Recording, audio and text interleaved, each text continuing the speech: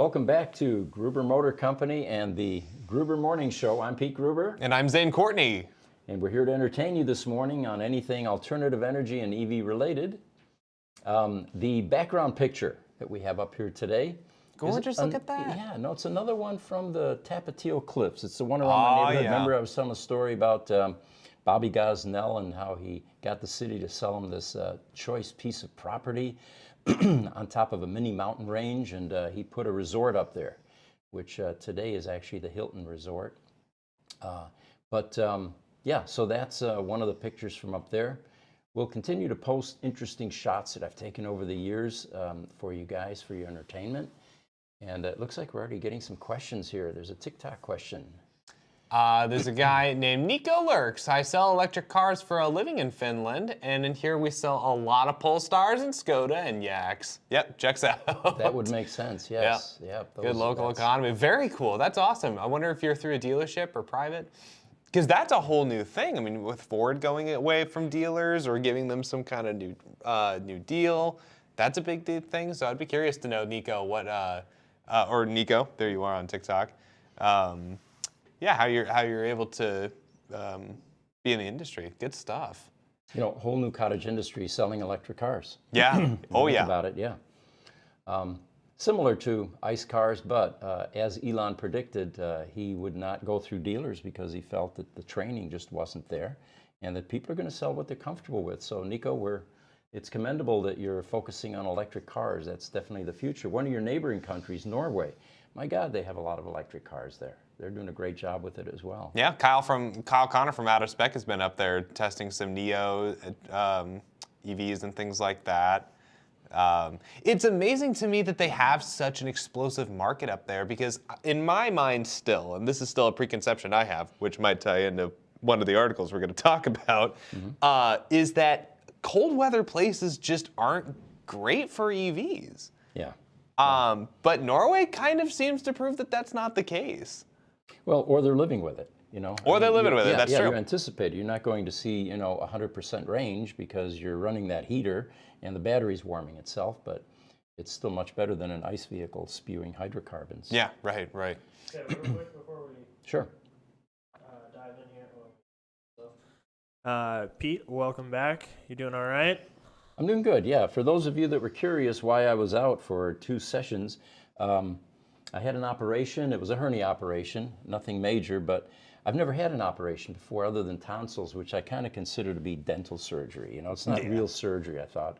So I've been delaying this. I'm 71, so I've been delaying this for many years, and finally decided, you know what? This is a year to do it, because in our family, health insurance, we had met our deductible for the first time in a long time, because they're very healthy people, both my wife and I.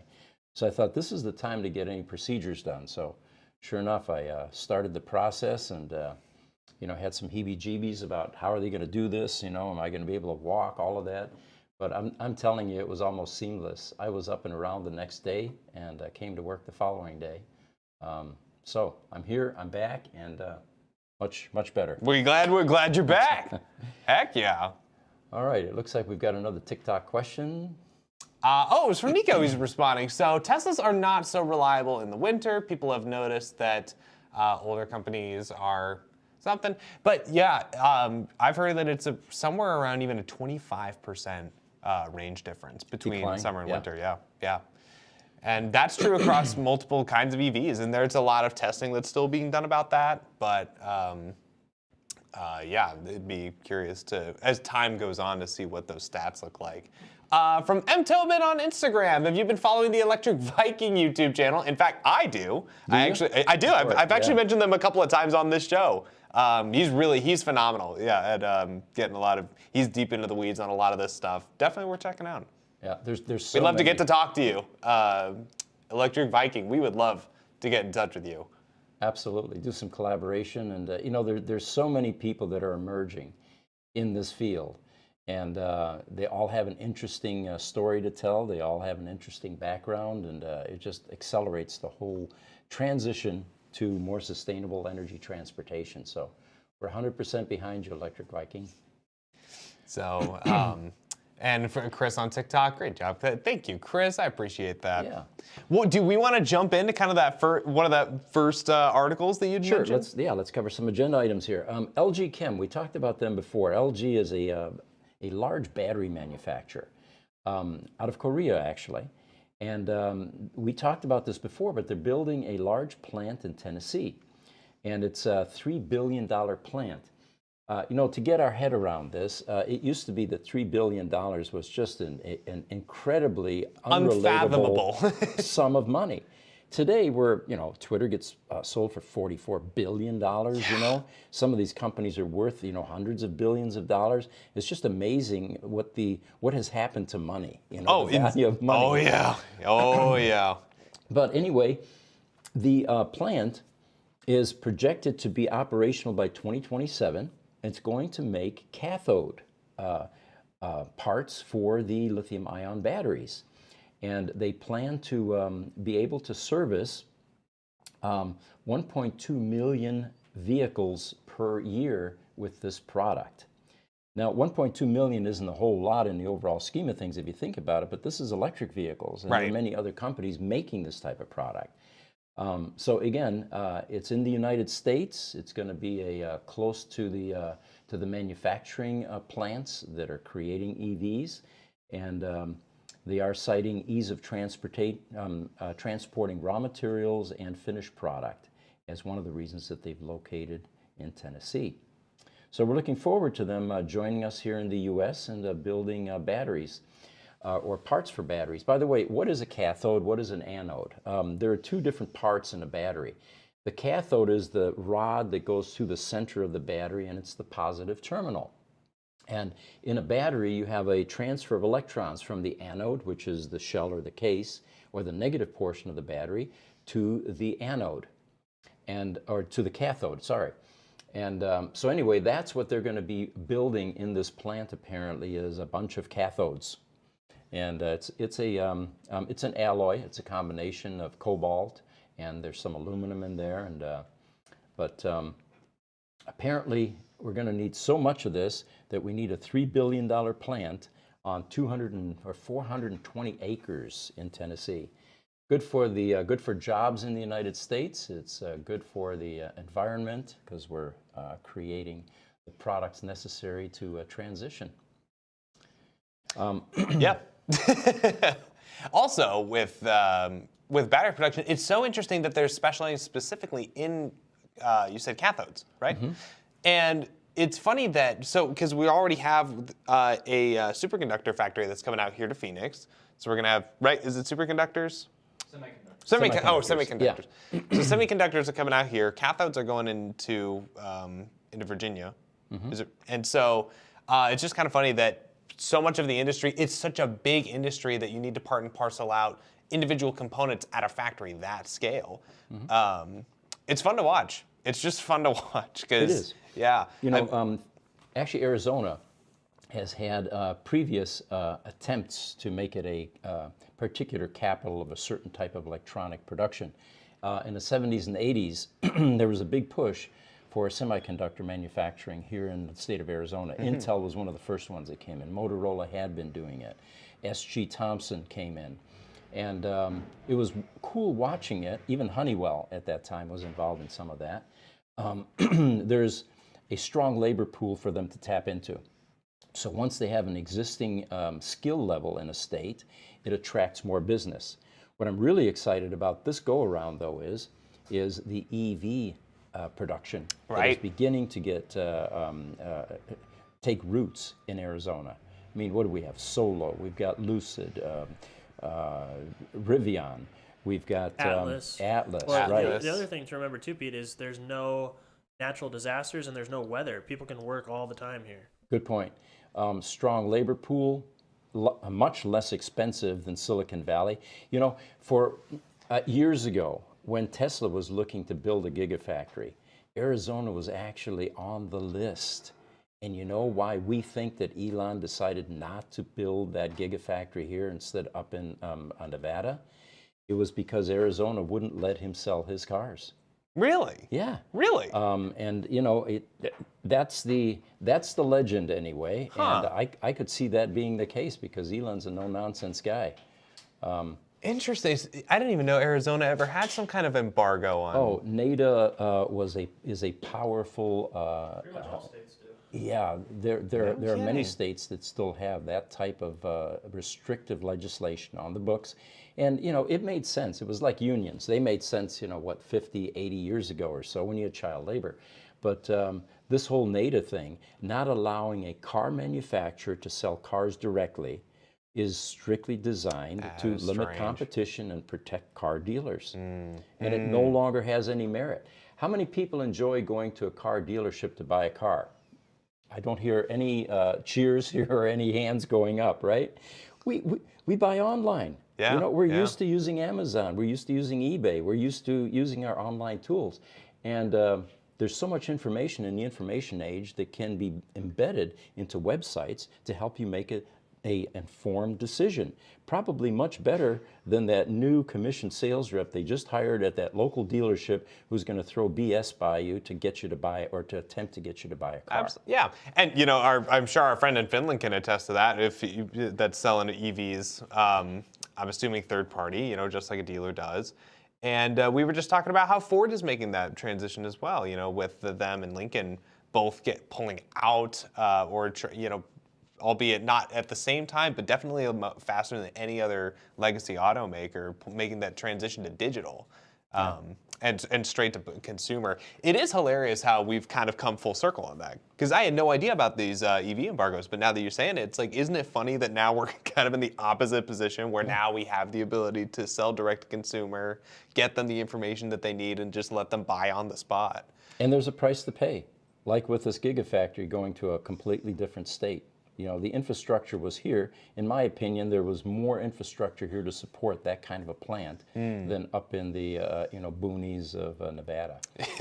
But Well, now the turns of now the turntables, as Michael Scott has said, Yeah. or oh how the turntables, and now here we are making superconductors, and Virginia's getting, or why do I keep saying superconductors? Semiconductors.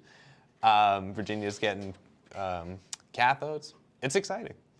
From Nico, in Europe, many people want to trade in their cars, and that's why online is not an option. Oh, so it's a lot of individual personal trade. I wonder if that's through something like OfferUp or through. You can actually still do that through Carvana. Oh, sure. They'll Here in the they'll States, just, yeah. they'll just come and pick up your car. As soon as that expands worldwide, that's going to be huge.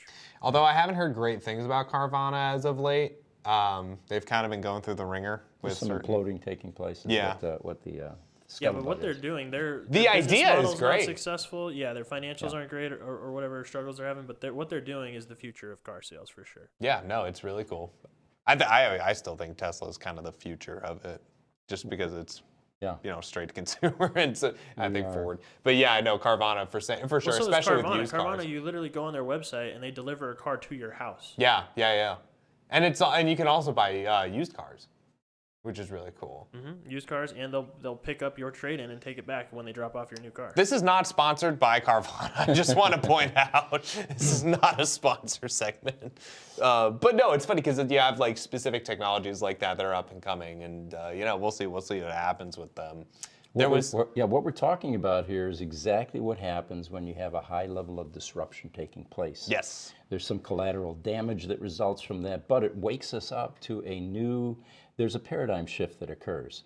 You know, to give you an example, I used to get excited when I would buy a flat screen at a garage sale for $150, and you know, compared to new. And the other day, I needed a 40-inch flat screen, and somebody said, check out Walmart. I did. They were advertising one for $98, and I thought, oh wow, there's going to be a shipping charge on this, you know. All Yeah, that. right. Turns out it was $98, $106 with tax, and they delivered it for free the next day. That's incredible. Oh my, yeah. I love that. They are now competing with my garage sale. Yeah, efforts, you know? yeah. No, and it's great to see that when as technology continues to improve and expand, it's gonna end up being more viable for more people. So, you know, and that's like the idea of getting a flat screen at a garage sale at all was unthinkable in something like the 90s. Yeah. And now here we are only 30 years later. and that's just something you can do. That's something really exciting for me. Going all the way back to what we were talking about with EV resale. I mean, gosh, think about what the market's going to be like in 10 years. Where if we want to transition to the Bolt segment, that we wanted to talk about, getting to see those on the road all over the place and just having them normally be on the road and not seen as this disruptive technology, even in 10 years, could be something wild to watch. So it looks like we got a question from TikTok. Bill Wood. He's saying the superchargers were a cluster over the Thanksgiving weekend in Florida and on the toll road. Everybody we went to, every charger they went to was filled, and some people had to wait for half an hour to get charged. Those are spikes and peaks, but there are many, many superchargers or charging stations being built.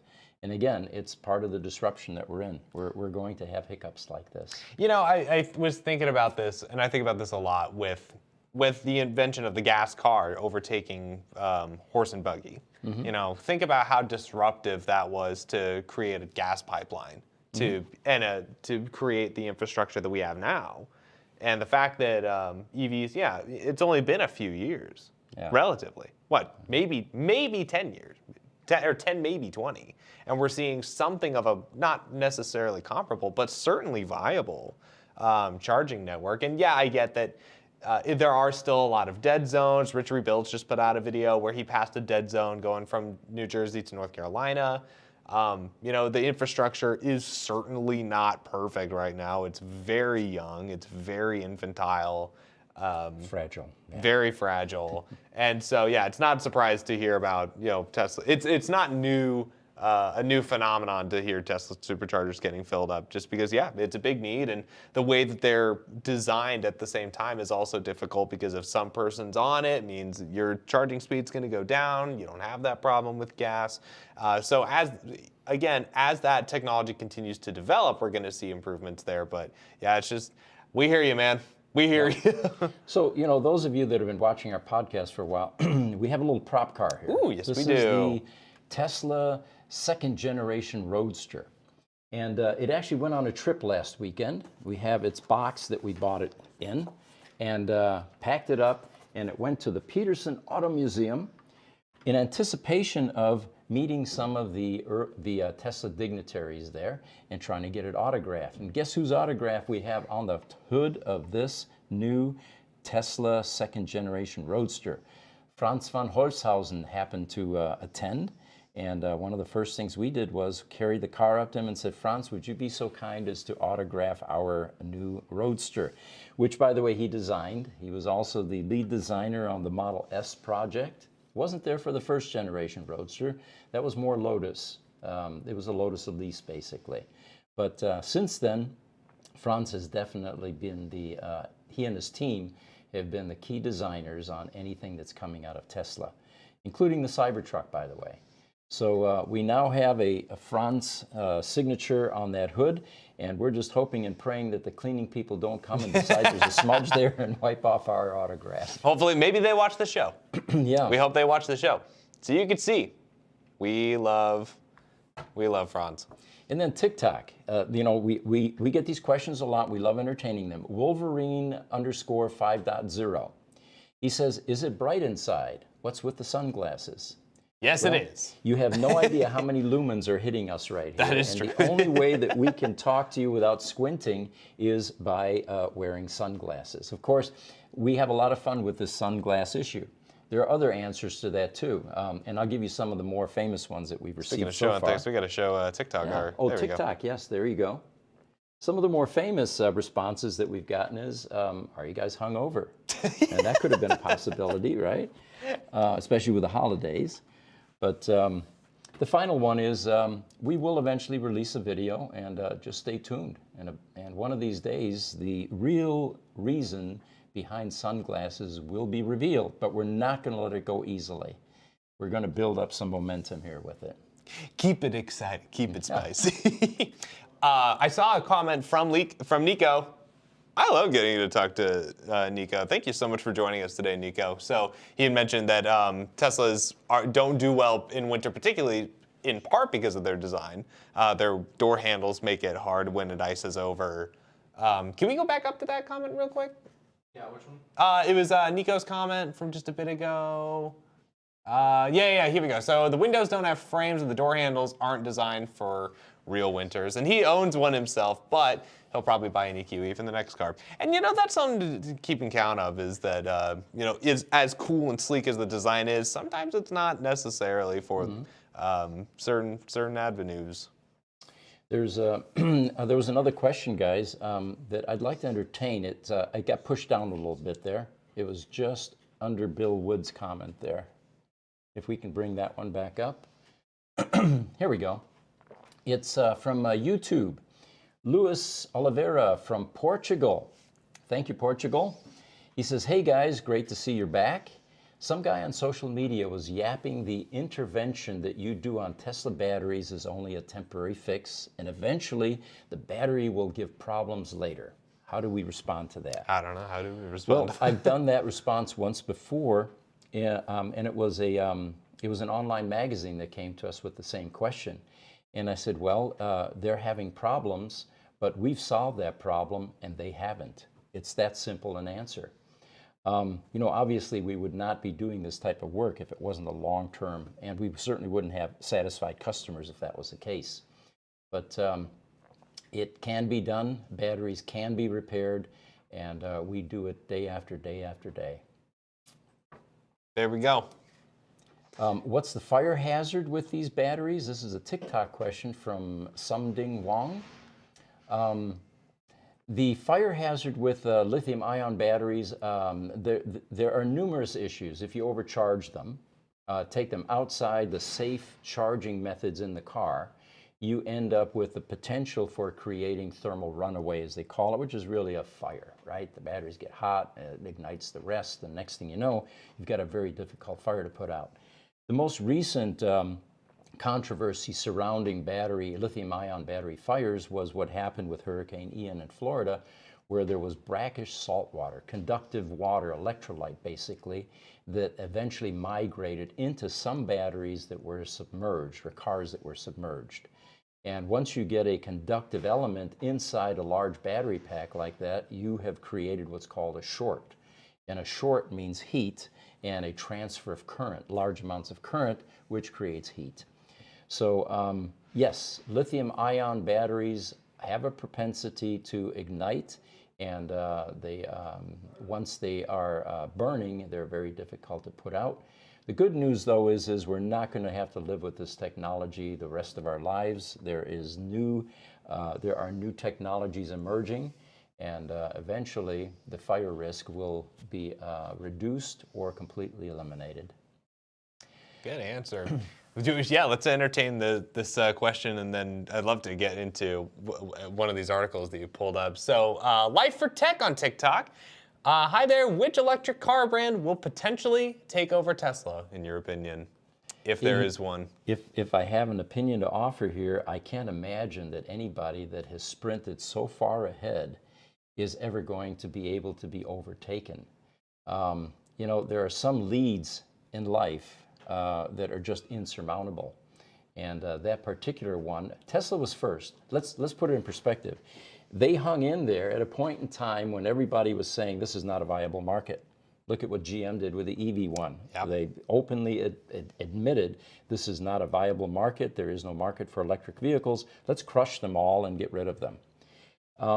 In the meantime, Tesla was quietly building up their infrastructure. And they have a 10-year lead at this point in many different categories. Presently, there is no one on the horizon that I could even see coming close to that. The good news is, though, we've got a lot of highly competent companies that are going to be making product like that and will have their own signatures. High quality, perhaps different features and benefits, and same or even superior quality. Lucid is the one that comes to mind. Right. Rivian is successful with that. Mm-hmm. Even one of the incumbents, Ford, with their Lightning F-150. But anyway, my opinion is I don't see anybody that is in their rear view mirror at this point in time looking threatening. I've got an article I wanted to share with you guys, and this is probably a lot of talking points, but we get asked these questions, so it's probably a good one to address. And this article was titled 20 Drawbacks of Electric Vehicles. 20 reasons not to buy an EV, in other words. One of them was range anxiety. Actually, this was the first one. Well, yeah, we're going to concede. It's not the first time that I've driven an EV, my Tesla Roadster, for example, and I look at that speedometer and I say, oh my God, I'm down to 12 miles. And my charging station, or where I'm headed, is more than 12 miles. What am I going to do? And that's called range anxiety. Yeah. Because you're going to have to dig out your cell phone, call a tow truck, and try to get towed to a charging method. However, once you learn to drive your car and you do some planning, range anxiety really becomes something of the past. Yep. So, but it is a real concern for the newbies or someone new to electric vehicles. So I concede. The next one, number 2, long charging times. Yeah, all right, concede that. I mean, It's the overcrowded supercharger problem. Yeah, Yep. you can go to a QT and be out of there in 5 minutes, and sometimes there's a line, but it's rare. But you're looking at a half an hour, when you're on a trip, 45 minutes maybe to get that EV recharge. Per stop, and then you probably end up stopping multiple times easily. So long charging times, okay, granted. You have to do trip planning, and you have to find the location of your chargers. With an ICE vehicle, you're pretty much assured that you can drive anywhere you want in the United States, for example, and you're going to find a gas station within a reasonable distance. You don't have to do the same level of planning that you do with an EV. So concede, all right, you have to do some planning. Then they say the main playground for EVs is urban areas. And here they're talking about, populated areas where it's easy to get a cab in case you get stuck, and out in the boonies, it's going to be difficult if you run out of juice, that type of thing. But the main playground for EVs being urban areas, I'm not going to go with that one. Yeah, I don't see how that's a drawback so much as that is just kind of a fact. That's like kind of saying, oh, it's a darn shame that these screwdrivers aren't good at driving nails in. Right. Yeah, they're not built for that. I think that they're, and I guess that if there's going to be a point to concede on, is that's correct. They operate better in more dense environments where there are more people, you're not driving as far for as long. The ICE vehicle has the advantage over the longer term, as of right, or sorry, a longer drive, I should say, the road tripper. They have that advantage currently. And we talk about this a lot with the up and coming battery technology and motor technology that's able to drive more efficiently, more powerfully. So you get all the same kick that you could get out of a car, out of a gas car, in an EV for making a road trip more viable. And but if you want to concede on that point, I guess, but it's mostly just kind of stating the obvious that no, they're not necessarily road trippers. Although the guys at TFL EV did just do an entire cannonball run from Orange, if I remember right, it's Orange County, California to Orange County in Florida. Really? Cross country? Yep, Cool. yep, Okay. cross country. They did it in about a week, something like that, or I think it was about a week. And hopefully no tickets. Yeah, no tickets. They did it as legally as they could. Oh, cool. So and definitely worth checking up on them with that. But they proved, and they said, and they did it in an Ioniq 5. They did not do it in a Tesla specifically because they know how expansive the supercharger network is, and they wanted to see what it looks like currently with the EV, third-party EV market. Can you do it with a newbie vehicle? Can you in do other it? words? Yeah, without and all turns that out the infrastructure. answer is yes. Cool. Yes, you All can. right. So in this article, one of the other things they mentioned was, and this is where I began to realize that they're really out of touch. They said that that EVs are not environmentally friendly because they're not zero emissions, and that lithium-ion batteries are not recyclable. Well, of course, Half of that's true. Blatantly false. Yeah. A half-truth is a full lie. That's what I think. And then, of course, they say there will be a huge demand on electricity, and we have thermoelectric and nuclear, which are choking the earth, and They forgot about solar completely. Yeah, Which is a very naturally. clean form of energy. They talk about too expensive. Top models are well over 100,000. Well, they said it. Top models are over 100,000, but how many are below 100,000? Yeah. And what we're beginning to hear now is rumblings that there are EVs now that are beginning to dip below the ICE vehicle costs. And I'm sure a lot of those are those personal. I've seen a lot of those recently. I believe it's the Solo. Someone in the comments had just asked about Solo. I've been seeing a lot more of those around here in downtown Phoenix. And yeah, I mean, those are definitely cars that are going to dip under the average ICE car price point, only because it's a small, practical in-town vehicle. Right. There you go. Repair difficulties. No more trips to the local shops. Well, that's true because the local shops aren't equipped to service these new EVs. But again, this is a byproduct of the level of disruption we're in. That problem will be solved. Yep. It currently exists. It's a not and happened yet Yep. problem. And hey, I mean, look credit to what you're doing. I mean, we talked about it before, how you guys are on the forefront of being that mechanic that's able to provide that kind of service. And there will be lots of us. The whole planet will be blanketed with shops like ours that specialize in electric vehicles. And of course, the rare shops then become the ICE shops. For the enthusiasts. They talk about the cars being too heavy, additional tire wear requires more energy, more maintenance. I'm not sure how weight relates to more maintenance. I think I've heard something about this, that because they require more rubber in the tire, and plus the added weight that creates more friction over time. People have complained that tends to throw up more micro rubbers, microplastics up into the air. I did see a counter to that it's actually not comparable to how tires are now currently. Yeah. So kind of a non-issue. I get what they're coming from, and it also comes from the same criticism that we just saw with how they're not environmentally friendly because of the production costs and things like that. Yeah, it's the same problem with solar.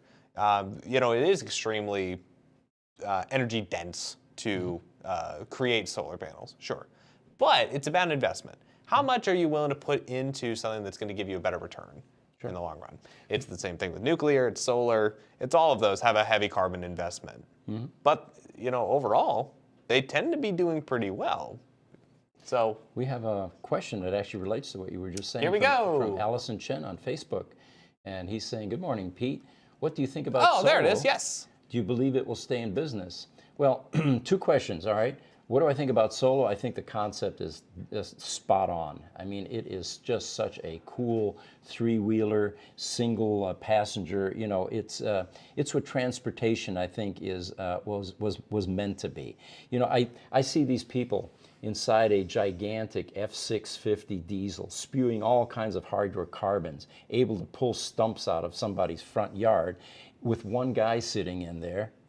What's the point in going to a grocery store with that much mass? So it's a more sensible vehicle. Of course, you're not going to take the family. The second question, do you believe it will stay in business? Well, that's a question that can be asked about any of these newcomer electric vehicle companies. It's tough staying in business, and it's a fight. It's a struggle, and I hope that they all make it. But there will be some casualties. There will be investors that get skittish and pull out of companies because they're not seeing the ROI quickly enough, because they're not solving their engineering problems quickly enough to get them to production. And patience, runs thin at times. Yeah. So a good idea will stick, though. Yeah. Sometimes they don't, but unfortunately. But I think with something like Solo, time will tell, but. So another issue that they talked about in this article, low top speeds. We're talking about EVs, the shortcomings of EVs, low top speeds. All right, well, what is a low top speed? Well, they mentioned the Golf E, the Kia Soul, that they're just below 100 miles an hour. The way I look at this is, in the United States, where are you going to drive over 100 anyway? Ever, right? You're going to get a ticket, or you're going to endanger the rest of the people on the road that are doing 60 or 70 or whatever, even on a freeway, right? Not just the United States. Where in the world, aside from the Autobahn? Exactly, are yeah, you doing yeah. that? Yeah. And if you really want a car that's going to give you top speed performance, I wouldn't push a sedan into 150-mile range because it's not that stable at those speeds. Get yourself a real car, a Lamborghini, a Viper, something, a Corvette even, that can handle a 200-mile, per hour speed. Right. So I don't see that as a real issue, although oftentimes it's a selling feature. Our car will do 130, yours only does 140 top speed. Okay, great. There's a spec. Okay. But can you really use it's it? fun. Yeah, And exactly. EVs have plenty of fun factor, as we've seen. A lot. So there's also a lot of fun factor with getting behind a big V8 and letting that thing throw you around town. And we've talked about this before, actually. I know we did, and I think you and I did as well, about how oh, excuse me, I just lost my train of thought for a second. It was about how EVs are quick but not fast. Yeah. It's the difference between fast and quick. Right. Which is 0 to 60, and then fast is top speed. So Yeah. the 0 to 60 impresses me a lot more because you get to use that quite a bit more on the streets. Mm-hmm. I even saw, I think it was Engineering Explained, said that I think a 5 to 60 might even be a more accurate and usable number. Yeah. Because people. Like a rolling start. Yeah, kind of a rolling start, or just what the actual acceleration is from the crawl speed. I can't remember exactly why he said So that. another objection they had to EVs, tracking. Do you want your every move recorded? Well, welcome to the new ways of doing transportation. These cars are smart. They are communicating with another entity. They're oftentimes nodes on a server's network. And there are a number of reasons for that. That's how they send you software updates to, instead of having to drive your car down for a recall, they just push a firmware update to your car and suddenly your problem is solved. That's not going to go away, guys. The tracking portion is here to stay, and George Orwell predicted it, 50 years ago plus. That's just the reality of the time period we live in. So, nice cars have it too. Yeah, it's not a new thing. Yeah, yep. I do empathize with that. I will say, and I do think that on principle we can have our cake and eat it too. Simply by having just a shell of a car, you can throw a battery and a motor in, and that's your EV. And people do that now. People are building those in their garage. Yeah. So the demand is there for just a simple, untracked vehicle that runs on electric power over gas, and so the demand is there for that, and maybe we'll see a decrease in the tracking thing. But you're right, with software issues and things like that, as we've talked about before. Software being proprietary to companies like Tesla, who need specific software engineers to be able to calibrate that for their vehicles, and not just throwing it out there just yet for any mechanic or for anyone to simply play around with. Yeah, we're gonna have to. We might have to deal with that for a little while before we can get a system where software is operational enough that you can just throw it into something plain and not have to worry about anyone in charge looking over your shoulder. So another point they make is EVs are just plain ugly. Oh, well, that's just rude. Well, yeah, I mean, look at some of the styling on the EVs, like the Model S was. They hit that one out of the park. But the cars that they cite are the Mach-E. Well, yeah, okay. If you're used to the '60s Mustangs, by the way, the Mach-E looks like a bloated, balloon, basically. Then they talk about the Model X as being one of the plain ugly ones, and they call it egg-shaped. Well, yeah, but if you're into SUVs, it's probably pretty sleek compared to the traditional, vans that used to run around. Stylish and functional, a little bit of both. So now we're into subjective elements. That EVs are ugly. I'm not sure that that's necessarily EVs. Any car can be made pretty ugly, and exactly. some people may like, a particular shape or style. So we're into subjective areas there. But anyway, they go on, and then there's and I won't bore you with the rest of these, but they talk about it can't be your only car, that you need an ICE car for road trips, and we beat that horse to death pretty much. Yeah. It's something, again, it's per individual basis. We just talked about how it's good for certain things more than others, but at the end of the day, look, it's a very fun, very exciting new opportunity. It's helping the planet out. It is a better vehicle per dollar, really. And they're getting cheaper too. And once And that they're getting happens, cheaper. that will be the tipping point. By the way, Domino's Pizza. Speaking of, Yeah, they are actually purchasing 800 Chevy Bolts from GM to add to their fleet. And I didn't realize this, but Domino's Pizza is the largest pizza company in the world. Is it I didn't really? know that. I would have thought it was Papa John's. I would have thought it was or- Pizza Hut. Pizza, yeah, there's Yeah. another one. But they've been around since 1960. That's probably why. They launched their pizza delivery service in 1960 with a Volkswagen Beetle. I don't remember that. I was around in the Yeah, 60s, no. but I was wonder not. if they were the ones with the funny signs on, all over the car. Probably. And, Yeah. Well, and they all still have that. They've got the magnet that they'll stick on the car for certain delivery drivers. And they They'll seem just to use be, their own car. they seem to be innovators too. Now this fact shocked me. In 2015, they apparently tested autonomous pizza delivery with cars and robots. And they were attempting to lead the charge in the future of pizza delivery. Waymo's trying to do that without pizza. Maybe that's their mistake. They need something to deliver, don't they?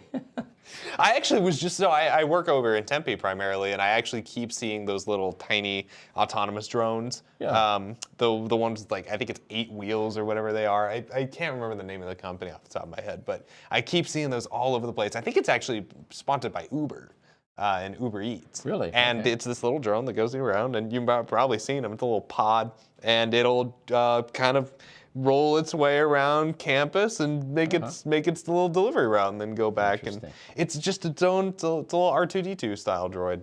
Well, hats off to Domino's for going EV, and it looks like we've got a Monroe Live question. Oh, I love It was those. A little bit earlier there. Before we get to that, one last thing about pizza as well. I've been thinking about Rich rebuilds a lot today. Between he just put out a good video about range anxiety and Rivian and things like that. Definitely worth checking out. But he also owns one of the I don't know if I can't remember how he got it, but it was one of those original Domino's. I think it was the i3 that had the built-in pizza oven in the way. back. No. didn't It know was that. it was a Bolt. I'm pretty sure it was a Bolt. I will have to I want to triple check that, but it's one of those like old, not old. It's like 10 years old. It's a pizza delivery car. Yeah, think about this. I they mean, have the electric oven in the vehicle, back. Oven makes sense, right? They've got electricity. It's yeah. Why already not keep the there. food warm? Yeah. Why yeah. not? It's Instead so of using genius. hydrocarbons. Yeah. I love it. Wolvers53 says that Monroe Live recently posted a video where he suggested that recent EV fires may not be because of bad engineering or manufacturing, but rather using improperly installed or faulty equipment, charging equipment, I think is what he's referring to. This came about and became part of the examples of faulty equipment that they had in front of them. Also, they were doing testing. And the use of e-charging equipment not rated for EV use. Can we add anything to this? I can't. Normally the charging systems have a proprietary plug on the end of it, J1772 CSS, the Tesla Trident plug. Now, if there are companies that are making charging equipment and they're being bought from someplace where there isn't thorough testing, that's news to me. That's definitely worth investigating because, that will make the headlines. Yeah, and the Tom Malogny from the or not fully charged, One of the magazines. State of Charge. I know who you mean. Yeah. He runs the State of Charge YouTube channel. His whole prerogative is getting people more aware about what their charging options are at home, and that's really important because that's a really great comment. That if it's not on the engineers at the car companies, but it's more on these kind of the infrastructural piece, if you will, that says everything about the viability of the car itself, and then what we can do to help make it an even better system. TikTok, TikTok question from KYB065. What is the most exciting new battery technology coming out, and when? Ooh, good question. Thanks. That's going to be a question similar to what's your favorite sports team? Each of us will probably have, an opinion. My take on this is the most exciting thing that I've seen come out is the nanotechnology, the graphene battery solution, which tends to pack more power. It's one of the most plentiful element on Earth, carbon, and doesn't have the fire risk. And once they perfect the manufacturing process on that technology, I think that will create a revolution in DC storage, which is really what we're doing. That's what the batteries are doing. They're storing DC energy because we have not yet learned how to store AC energy. Correct. Yeah, that's the next lightning in a bottle, literally. But yeah, all the solid state battery technology, that's huge, especially with what you were just saying. Let's see who else. Do something wrong. EVs have gone up in price so much since they purchased. Who would want to get one? Local state. Okay, so there's kind of two questions in there. One is regarding EV prices skyrocketing, which that's just kind of the whole market as of late. And maybe there's also something to be said about the fact that most EVs right now are still targeting higher end clientele because they're trying to stay afloat in times that are, relatively economically more challenging than they have been in the past. Fair enough. You want to be able to still turn a profit, but you can't sell to as many people. You make them a car they can get. That's just good business decisions, I think. So people always ask about, when are we going to see the $25,000 Tesla? When are we going to see this? It's going to be when the market can support it, for one thing, which kind of seems like a cop-out answer. But yeah, that's how the market works, is that, once people are in a better position to buy cars, they buy cars. All right, guys, we're at 53 minutes. We want to answer some questions to wrap up. Sure. It looks like the that cross-country trip that you were talking about, Freckles X20 from YouTube. Did it in 46 hours, California to Florida. To Florida, yeah. 46 hours. And that was a hard cannonball, though. They'd been, and it was a true cannonball in that they were staying up through the night, and they would drive pretty much all day, and they would just hit charger to charger. So shout out to those guys. That's a big drive. Buy and sell homes in Arizona on TikTok. Can you jailbreak a Model 3 to make it go faster? He's currently out of warranty, and he wants to play around with it. It can be done. We don't do it yet. It requires getting into firmware and, having you sign a waiver so that if anything does burn up, it's on you. But it's all about electronics. It's an inverter. It's driving an AC, three-phase AC induction motor, and you can overdrive. Do you remember the old PC days when you could actually overdrive and overclock a chip? You still can. It was faster, yeah. Yeah, still. I can overclock my PC currently. Yeah, and sometimes there was a price to pay. It ran hotter, so you put an extra fan on it or whatever. Oh yeah. There's a whole cottage industry that's going to emerge that's going to deal with these kinds of aftermarket improvements. It just isn't available at this moment, but it's coming, I assure you. Yep, and when EVs become like PCs, it's going to be a good time for all of us. They're going to be modular, faster, stronger, more fun. We always talk about, or try to at least, some of the Tesla and some of the investment stuff that we're curious about. And again, we're not investment Money advisors, talks. but I found a really great article on Quora. And the question was, why is Tesla down 58% from their high, Tesla stock? And are their financials a smoke and mirror show? And the answer was just the opposite. The financials are doing very well. The company is growing at 40% a year at a time when all but one of the others are declining. Profitability is at an all-time high. They're about to release the Semi, the Cybertrucks, all of which will increase their production by 50%. Giga Berlin and Austin are doing well and also ramping up production on top of this 50% increase with these other vehicle platforms. Profit margins are the highest in the industry, and Model 3 and Y are climbing the sales charts and pushing out the legacy players. Now, having said all that, obviously the question now is, why is the stock down? All right. Some of the reasons that they cite in this article is, or in this answer, for reasons not related to Tesla, there's a fear of recession in China, which will dampen all Chinese auto sales. Well, again, fear in the market is what dominates. It's not reality. It's not what's really happening. It's the emotion. It's the psychology that's going to, take the limelight. There's also a fear of recession in the rest of the world. I mean, these days I go on Facebook, any social media site, even my email gets spammed with, pull your money out of U.S. banks. You know, the recession is coming, and it's going to be the worst one we've ever had. And you know, this mentality pervades, and it terrifies certain types of investors. They say that podcasters all over the internet are telling people to dump their stock now, that this is affecting all stocks and tech stocks in particular. And then finally, Elon sold billions of dollars of his own stock to fund Twitter. That had an impact, you know, I mean, when the... Yeah. So it started a downward trend that caused others to sell. And then you have technical analysts that see a chart shape and that they don't like, so they jump on the bandwagon, irregardless of the incredible fundamentals of the company. Finally, they are saying that experts predict that Tesla will be the most valuable company in the world by the year 2030. That's what I see. You have to have vision in order to see that, and you've got to resist all the noise level stuff. And that's just what it is, right? Because I think vision is that sort of bridge between the cold hard facts of reality, right? And then the emotion that gets tied to the human action that causes these economic drifts.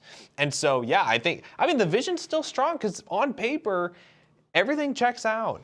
And people can make whatever decisions that they want, and that's all, again, part of the human action that generates economic wealth. But again, on paper, it's going to do fine. And the vision's still so strong. So, there's enough of us, I think, that are all able to counterbalance any kind of pessimism in the market that, no matter what happens, I think we're still on the up and up. All right, guys, we're over an hour now. We got to wrap it up here. Woo! Good times. So one final thing, guys, I can't make this up, all right? Oh. Question was posed, how does a Formula One pilot urinate while racing? And I thought, I'm so glad. I have to know. That's a good question. All right. Obviously, the purses are massive.